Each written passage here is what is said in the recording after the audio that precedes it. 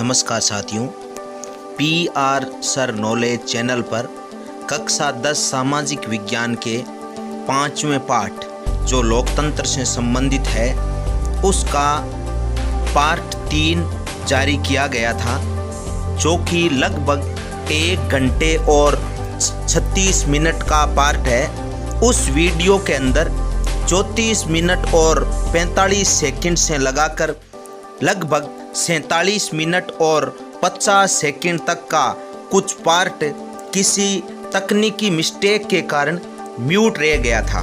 उस म्यूट भाग में मुख्यतः सकारात्मक उदारवाद से संबंधित पॉइंट था। इस वीडियो के अंदर मैं सकारात्मक उदारवाद से संबंधित पॉइंट जो पार्ट 3 में म्यूट था वो जारी कर रहा हूं। तो इस वीडियो में हम बात करते हैं सकारात्मक उदारवाद या आधुनिक उदारवाद। आधुनिक उदारवाद की चर्चा करते हैं, यानी मॉडर्न लिबरलिज्म। तो देखो, ये आधुनिक उदारवाद बनना कैसे शुरू हुआ, मैं थोड़ा सा आपको इसके बारे में पहले बता देता हूं। आपने अभी पीछे पढ़ा था परंपरागत उदारवाद। यहां ध्यान दीजिए, परंपरागत उदारवाद में आपने क्या पढ़ा था? आपने कहा था ये व्यक्ति की स्वतंत्रता पर बल देता है और राज्य के सीमित हस्तक्षेप पर बल देता है। तो इस परंपरागत उदारवाद का जो अंत में दोष आया था वो क्या आया था? मैंने आपको बताया था, इससे पूंजीवादी विचारधारा पनप गई थी और समाज में अत्यधिक असमानता बन गई। समाज में असमानता बहुत ज्यादा बढ़ गई। यानी ये असमानता जो मैं शब्द बता रहा हूं ना, ये मुख्यतः आर्थिक असमानता है। यानी गरीब और ज्यादा गरीब हो गए और अमीर और ज्यादा अमीर हो गए। तो आर्थिक असमानता समाज में बहुत ज्यादा बढ़ गई। तो देखो क्या हुआ, तो ये जो पूंजीवाद है, पूंजीवाद के का विरोध करने लगा कार्ल मार्क्स। ये कार्ल मार्क्स याद रखना जर्मनी का था, जर्मनी का। और कार्ल मार्क्स का जो सपोर्टर था, कार्ल मार्क्स वो था फ्रेडरिक एंगल्स। यानी इन दोनों ने इस पूंजी विचारधारा का पुरजोर तरीके से क्या किया? विरोध किया, बहुत जबरदस्त विरोध किया। विरोध करने से देखो क्या हुआ, विरोध करने से ये जो उदारवादी विचारधारा थी, ये उदारवादी विचारधारा डावाडोल होने लगी और उदारवादी विचारधारा पर से लोगों का विश्वास हटने लगा। उदारवादी विचारधारा कमजोर होने लगी। तो साथियों, उसी वक्त कौन आया? उसी वक्त आया JS मिल, जॉन स्टुअर्ट मिल, जिसका जीवन काल है 1806 से 1873। तो JS मिल ने क्या किया? देखो, JS मिल ने इसी उदारवादी विचारधारा को पुनः जीवित किया। अर्थात उसमें उसने क्या किया? इस विचारधारा में उसने सीमित क्या कर दिया? संशोधन कर दिया। उसमें कुछ संशोधन कर दिया। उसने क्या किया? मैंने एक ही चीज की, उसने राज्य का जो सीमित हस्तक्षेप था, उसने ये कहा कि राज्य का हस्तक्षेप होना चाहिए। यानी उसने मेन राज्य के हस्तक्षेप पर बल दिया और राज्य के हस्तक्षेप पर बल देकर उसने उदारवादी विचारधारा को एक नया रूप प्रदान किया, जिसका नाम है आधुनिक उदारवाद।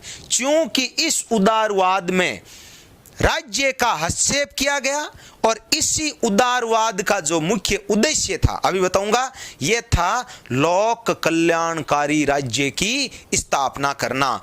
इसलिए चूंकि यह सकारात्मक था, ये सारे, यानी इसने अच्छे अच्छे जो बातों का विकास करने के ऊपर बल दिया था, इसलिए इसका दूसरा नाम पड़ा सकारात्मक उदारवाद।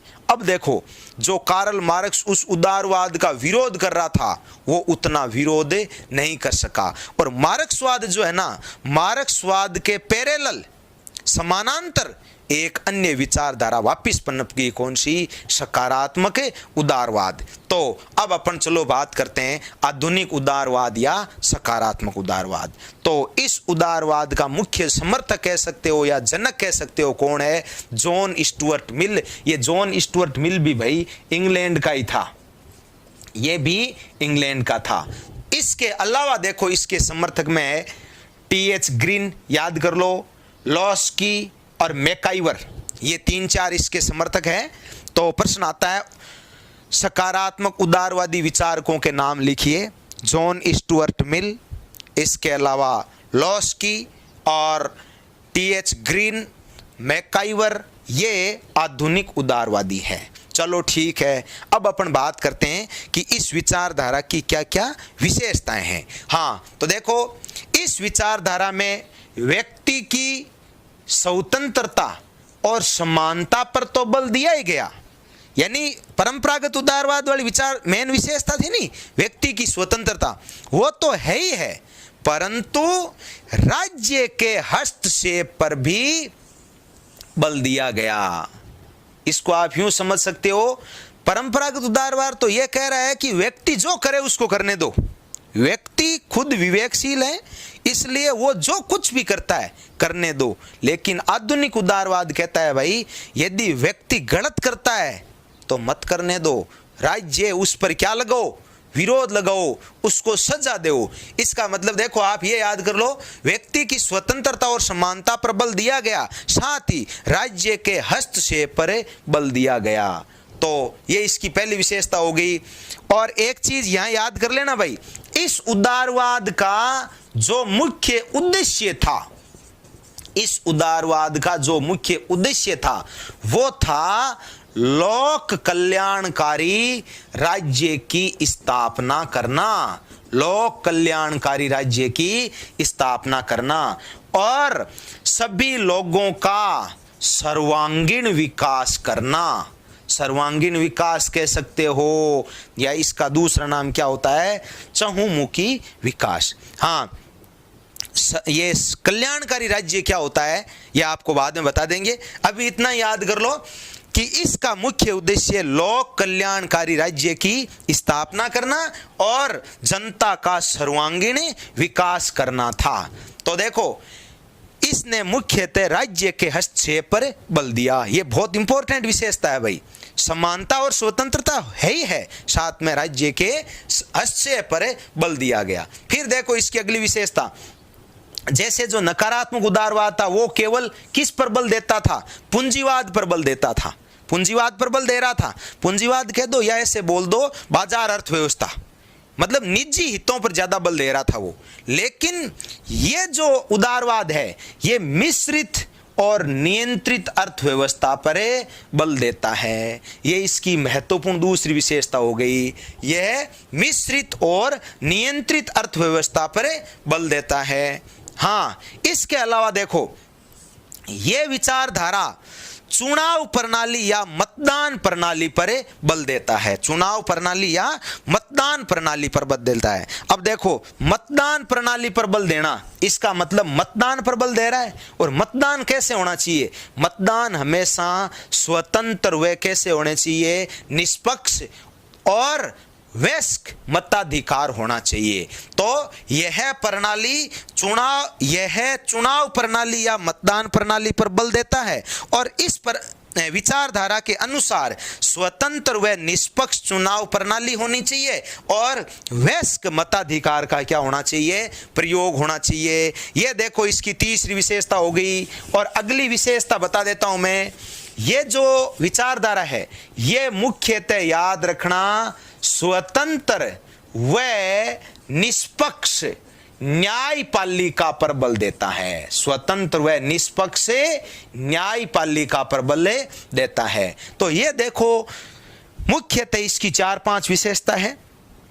एक तो ये पूंजीवाद के स्थान पर मिश्रित अर्थव्यवस्था को बल देता है, राज्य के हस्तक्षेप पर बल देता है, ये स्वतंत्र व निष्पक्ष चुनाव प्रणाली पर बल देता है और यह स्वतंत्र व निष्पक्ष न्यायपालिका पर बल देता है। तो ये मैंने जो विशेषताएं बताई है, ये किसकी विशेषताएं हैं? ये आधुनिक उदारवाद या सकारात्मक उदारवाद की विशेषताएं हैं। और इस उदारवाद का जो मुख्य उद्देश्य है वो क्या होता है? लोक कल्याणकारी राज्य की स्थापना करना और संपूर्ण जनता का क्या करना? संपूर्ण जनता का सर्वांगीण विकास करना इसका मुख्य उद्देश्य है। तो देखो, जैसे ही जॉन स्टुअर्ट मिल ने यह विचारधारा दी और कईयों ने इसका समर्थन किया तो उदारवाद फिर जीवित हो गया। और ये उदारवाद, याद रखना साथियों, आज भी विश्व में जिंदा है। अपने देश में भी आज उदारवादी विचारधारा है, आधुनिक उदारवादी। और अपने देश में भी सरकार का मुख्य उद्देश्य क्या रह गया है? लोक कल्याणकारी राज्य का निर्माण करना, जनता का सर्वांगीण विकास करना। तो मैं यहाँ थोड़ा सा आपको बता देता हूं कि ये लोक कल्याणकारी राज्य क्या होता है। लोक कल्याणकारी राज्य यानी सोशल वेलफेयर स्टेट। लोक कल्याणकारी राज्य क्या होता है? ऐसा राज्य या ऐसी सरकार कह दो जिसमें समाज के जो निर्धन व कमजोर वर्ग होते हैं उन वर्गों के उत्थान के लिए पूरे प्रयास किए जाते हैं। यानी निर्धन व कमजोर वर्गों का उत्थान जो होता है वो मुख्यतः लोक कल्याणकारी राज्य में आता है। और इसमें सरकार उत्थान करती कैसी है? इसमें समाज के जो अमीर लोग होते हैं, अमीर लोगों पर सरकार क्या करती है? सरकार टैक्स लगाती है, कर लगाती है। और उस कर से जो आमदनी प्राप्त होती है उस आमदनी का उपयोग सरकार कमजोर व निर्धन लोगों के उत्थान के लिए करती है। तो यह होता है लोक कल्याणकारी राज्य। देखो, इसमें मैंने कहा है कि अमीर लोगों पर सरकार टैक्स लगाती है, कर लगाती है। इसका मतलब देखो, व्यक्तियों पर राज्य का क्या हो गया? हस्तक्षेप। और यह सरकार, इसमें सरकार क्या कहती है कि प्रत्येक व्यक्ति स्वतंत्र होकर अपना काम करो, अच्छा अपना धंधा करो, अच्छी इनकम करो, लेकिन उस इनकम का कुछ भाग सरकार को टैक्स रूप में दो ताकि सरकार उस धन का उपयोग अमीर कमजोर व निर्धन लोगों के उत्थान के सर्वांगीण विकास के लिए कर सके। तो यह आपका एक शब्द हो गया लोक कल्याणकारी राज्य। अब यहां एक शब्द आया है सर्वांगीण विकास। सर्वांगीण विकास कह सकते हो या आप यूं कह सकते हो चहुमुखी विकास। तो सर्वांगीण विकास या चहुमुखी, जैसे चहुमुखी का शब्द का अर्थ क्या होता है? चारों ओर का विकास। तो चारों ओर का मतलब यहां चारों दिशाओं से नहीं है भाई। चारों ओर या चहुमुखी का मतलब यहां अर्थ है कि पूरे समाज का, पूरे समाज बोले तो समाज के जो भी निर्धन और कमजोर वर्ग है उन सभी का सामाजिक रूप से, आर्थिक रूप से, राजनीतिक रूप से, नैतिक रूप से, शिक्षा की दृष्टि से, स्वास्थ्य की दृष्टि से, हर क्षेत्र में उनका क्या होना चाहिए? विकास होना चाहिए। उसको क्या बोलते हैं? सर्वांगीण विकास। सर्वांगीण विकास शब्द का मतलब क्या हो गया? सभी प्रकार से जनता का क्या होना चाहिए? आम जनता का क्या होना चाहिए? विकास होना चाहिए। तो ये आपका शब्द है सर्वांगीण विकास। तो साथियों, आपने एक विचारधारा पूरी कंप्लीट कर ली है। कौन सी? उदारवाद। उदारवाद के मैंने दोनों रूप बता दिए हैं, परंपरागत उदारवाद और आधुनिक उदारवाद। अलग अलग विचारक बता दिए, परंपरागत के कौन से थे, आधुनिक के कौन से थे। आपके जो सिलेबस के अंदर है दोनों विचारधाराएं मिक्स दे रखी है। शुरू वाली जो 3-4 विशेषताएं हैं वो तो परंपरागत उदारवाद की है, और लास्ट वाली जो 3-4 विशेषताएं बुक में दे रखी है वो किसकी है? वो आपके आधुनिक उदारवाद से रिलेटेड है। तो देखो, अभी आपने बताया था कि परंपरागत उदारवाद जैसे लास्ट में आया था ना, तो उदारवाद के विरोध में एक नई विचारधारा पनप गई थी। कौन सी? मार्क्सवाद। तो हम आगे किसका अध्ययन करेंगे? मार्क्सवाद का। और उसी उदारवाद को देखो जीवित रखने के लिए कौन सी विचारधारा पनपी थी? उसके समानांतर कौन सी? आधुनिक उदारवाद। तो आधुनिक उदारवाद आपने पढ़ लिया, इसका मुख्य मैंने उद्देश्य बता दिया। इस का उद्देश्य क्या था? इसका मुख्य उद्देश्य है लोक कल्याणकारी राज्य की स्थापना करना। और मैं आपको एक बहुत इंपॉर्टेंट चीज बताता हूं, ये जो आपने उदारवाद विचारधारा पढ़ी है, इस उदारवादी विचारधारा के आधार पर मैंने आपको अभी 5 क्रांतियां बताई थी। उन क्रांतियों में से जो 3 क्रांतियां हैं, कौन कौन सी? इंग्लैंड की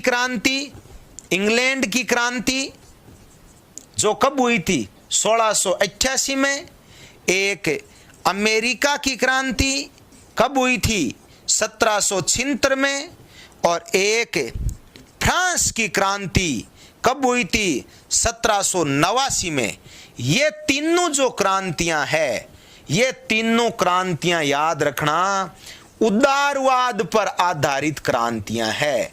अर्थात इन तीनों क्रांतियों का मुख्य उद्देश्य व्यक्ति की स्वतंत्रता की स्थापना करना था। यह फ्रांस की क्रांति बहुत महत्वपूर्ण है।